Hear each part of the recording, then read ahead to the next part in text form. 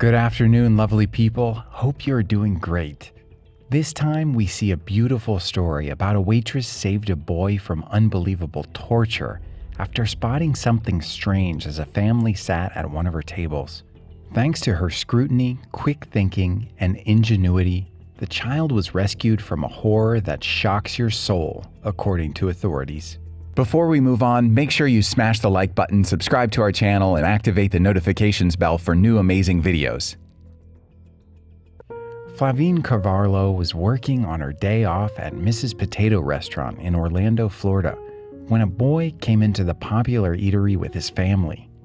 The child took a seat in a chair against the wall, with his back to the door as the two adults, presumed to be his parents, sat across from him at the table. As the Florida waitress went to take the family's order, something seemed very off.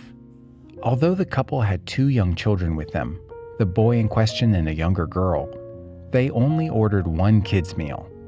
When asked whether the couple wanted a second kid's meal, they responded with a no, explaining that the boy would eat at home. That was Carvalho's first indication that something wasn't right. The boy, who is just 11 years old, was not only forbidden from ordering anything to eat, but his father wouldn't let him have any water either, the waitress said. Noticing that the boy wasn't eating with the rest of the family, Carvalho asked if there was a problem with the food, but she said his parents just waved her away, according to The Blaze. That's when Carvalho took a closer look and realized something was definitely wrong.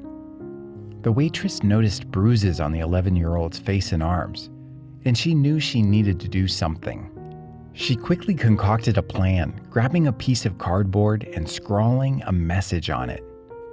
Carvalho then stood behind the boy's parents and held it up for him to read, making sure the adults couldn't see her as they ate. "Do you need help? Okay," the message read. It took 3 tries according to ABC 11, but eventually the child signaled to the waitress that he did need help. Carvalho quickly called the police, who responded to the scene and questioned the 11-year-old boy. What they learned led to the arrest of the two adults with him, who were identified as his mother, Kristen Swan, and stepfather, Timothy Wilson II.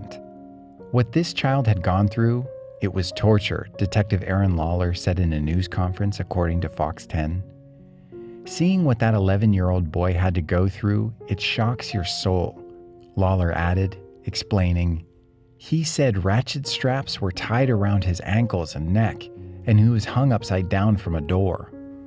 According to the detective, the 11-year-old boy said his stepfather also beat him, hitting him with his fists, a wooden broom, and a back scratcher. He was often made to go without food as a form of punishment too.